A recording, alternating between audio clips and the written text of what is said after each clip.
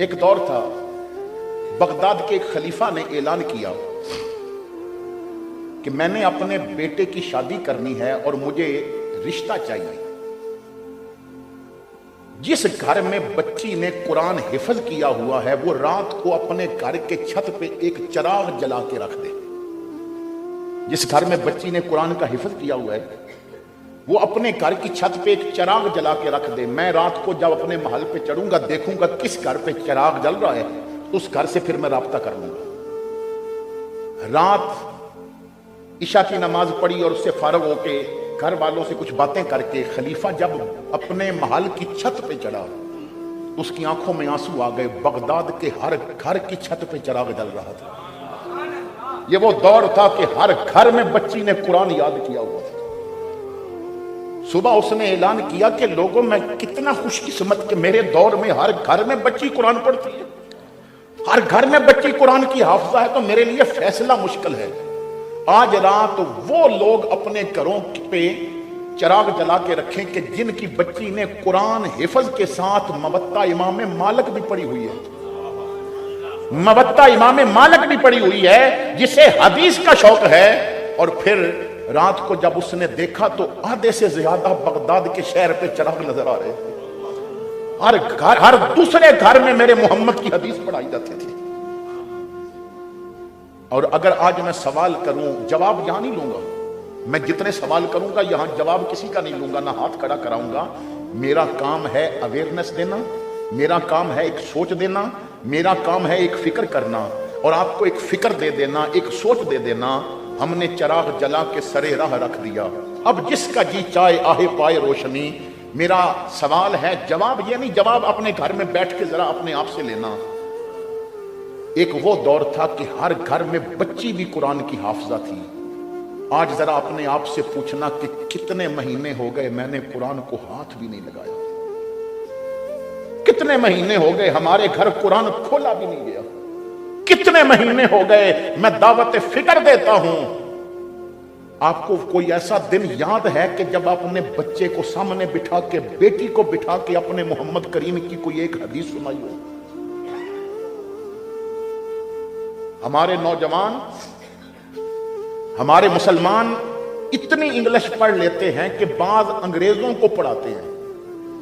آپ امریکہ، یورپ، مختلف ملکوں میں یونیورسٹیوں میں جائیں تو وہاں پاکستانی اور انڈین مسلمان وہ استاد ہیں، اتنی انگلش پڑھ لی کہ انگریزوں کو پڑھاتے ہیں، مگر دین اتنا بھی نہیں آتا کہ باپ کے کفن پہ بسم اللہ بھی خود لکھ سکے، دین اتنا بھی نہیں آتا کہ باپ کا جنازہ خود پڑھا سکے، دین اتنا بھی نہیں آتا کہ باپ کو غسل خود دے سکے۔ اور میں اکثر ایک بات کہتا ہوں، اس موجودہ دور میں اس بندے کو میں لاکھوں سلام دیتا ہوں جسے بیٹا غسل دے دے، ورنہ وہ بیٹے کہتے ہیں جناب ہمیں تو ڈر لگ رہا ہے، بلاؤ مولوی صاحب کو۔ عارف کھڑی نے نہ فرمایا تھا کہ جاندی وار ڈرونا بنیو ہاتھ نہ لاندے ڈر دے، جاندی وار ڈرونا بنیو ہاتھ نہ لاندے ڈر دے، او جنہ لئی تو پاپ کمائے اج کتھے نہیں تیرے گھر دے۔ قبریں پڑی ہیں، اندر لیٹے ہیں اور بیٹا قبر بھی بھول چکا ہے کیونکہ دین سے دوری ہے۔ تو فآمنوا باللہ، اللہ پہ ایمان لاؤ۔ کبھی آپ قرآن پڑھیں، 30واں پارہ کھولیں، ایک جگہ اللہ اپنے بندوں سے سوال کر رہا ہے۔ ہم تو وہ مسلمان ہیں نا، ہم اگر نماز پڑھتے بھی ہیں تو ہمیں نہیں پتا کہ سبحانک اللہم و بحمدک کا مطلب کیا ہے۔ ہم تو وہ مسلمان ہیں نا، ہم رکوع میں سبحان ربی العظیم کہیں بھی تو پتہ نہیں ہے کہ مطلب کیا ہے۔ یہ نمازیں تقدیریں اس وقت بدلتی ہیں جب سجدے میں بندہ جو کہے اس کو جانتا بھی ہو اور اللہ سے باتیں کرنے کا مزاج بھی رکھتا ہو۔ ہم تو اپنے رب سے بات ہی نہیں نہ کرتے۔ میرے آقا کریم نے فرمایا تھا کہ نمازی نماز پڑھتے رب سے بات کرتا ہے، اور جب قرآن پڑھے تو رب بندے سے بات کرتا ہے۔ لیکن ہم نے نہ کبھی رب کی سنی نہ اپنی سنائی۔ اللہ سوال کر رہا ہے، ذرا ان لفظوں کو غور سے سنیے گا۔ اللہ تعالیٰ نے فرمایا یا ایھا الانسان ما غرک بربک الکریم، اے انسان تجھے کس چیز نے کریم رب سے دور کر دیا؟ کس چیز نے تجھے دور کر دیا؟ وہ چیز تلاش کرنا جس کی وجہ سے آج سجدے چھوٹ گئے تجھ سے۔ یہ جو بزرگ بیٹھے ہیں اگر ان کا حافظہ قوی ہے تو یہ اپنے تھوڑا سا بچپن کے بعد جو ایام تھے، جوانی سے پہلے یا جوانی میں داخل ہو رہے تھے، تو اس وقت اگر انہیں یاد ہو تو تقریباً گھر میں کچھ بندے ایسے ہوتے تھے جو تہجد بھی پڑھتے تھے۔ آج میرا خیال ہے علماء کے علاوہ کسی کو نہیں ہوگا پتا کہ ہمارے گھر میں کوئی تہجد کے لیے بھی اٹھتا ہے۔ تو یہ لذتیں کس نے لے لی؟ اے انسان تو کیوں دور ہو گیا؟ اب میں ایک سوال کرنے لگا ہوں، اس کا جواب آپ نے دینا ہے۔ آپ کے اس علاقہ میں کوئی یہودی رہتا ہے؟ کوئی سکھ؟ کوئی ہندو؟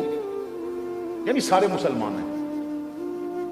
علاقہ سارا مسلمانوں کا ہے، یہ میرا جعفر یہ سارا مسلمانوں کا ہے، تو کیا فجر کے وقت مسجد کی صفیں بتاتی ہیں کہ یہاں سارے مسلمان رہتے ہیں؟ تو اس کا مطلب ہے بندہ اپنے رب سے دور ہو گیا، وہ بھول گیا اسے جس نے سانسیں عطا کی، وہ بھول گیا جس نے رزق عطا کیا، وہ بھول گیا اسے کہ جس نے اسے زندگی کی نعمتیں عطا کی۔ قیامت کا دن آئے گا نا تو اس بندے سے جو دنیا میں اللہ کو بھول گیا تھا اسے فرمایا جائے گا تو نے دنیا میں ہمیں بھلا دیا، آج ہم نے تجھے بھلا دیا۔ تو دنیا میں ہمارا نہیں بنا تھا نا، آج ہم تیرے نہیں بنے گے۔ اللہ تعالیٰ ارشاد فرماتا ہے وَإِن تَعُدُّوا نِعْمَتَ اللَّهِ لَا تُحْصُوهَا۔ بندے اگر میری نعمتوں کو گننا شروع کر دے تو گن نہیں سکتا، شمار کر نہیں کر سکتا، اس لیے کہ ہر آنے والا سانس بھی اس کی نعمت ہے، دل کی ایک ایک دھڑکن اس کی نعمت ہے۔ میں ایک بزرگ کا قول پڑھ رہا تھا، کہتے ہیں کہ مہینے بعد ایک دفعہ کسی بڑے اسپتال کا چکر لگایا کرو اور پہلے اس وارڈ میں جاؤ جہاں دل کے مریض ہیں، جو کتنا پیسہ دے کے چند لمحوں کے لیے دل کو سنبھالتے ہیں، پھر خود دیکھ اگر بغیر پیسے کے تیرا دل دھڑک رہا ہے تو اس کا شکر ادا کیوں نہیں کرتا؟ وہ کڈنی کے وارڈ میں ذرا جاؤ جہاں گردے باش ہو رہے ہیں، وہ بڑے بڑے دولت مند ہیں لیکن کتنا پیسہ دے کے ہفتے میں 2 دفعہ 1 دفعہ اپنے گردے واش کراتے ہیں۔ اگر تو ہر چیز کھا بھی رہا ہے اور گردے کام بھی کر رہے ہیں تو اس کا شکر ادا کیوں نہیں کرتا؟ وہ سانس والے وارڈ میں ذرا جا کے دیکھ، وہ وینٹیلیٹر لگے ہیں، سانسیں لے رہے ہیں، یا وہ لوگ جو چند قدم چلتے ہیں پھر انہیلر نکالتے ہیں، پھر وہ پف دبا کے اپنے منہ میں وہ سپرے لیتے ہیں تو پھر ان کا سانس ذرا بحال ہوتا ہے۔ تو ذرا سانس کھینچ، کچھ دیر روک، پھر نکال۔ اگر کوئی مسئلہ نہیں تو پہلے اس کا شکر تو ادا کرنا۔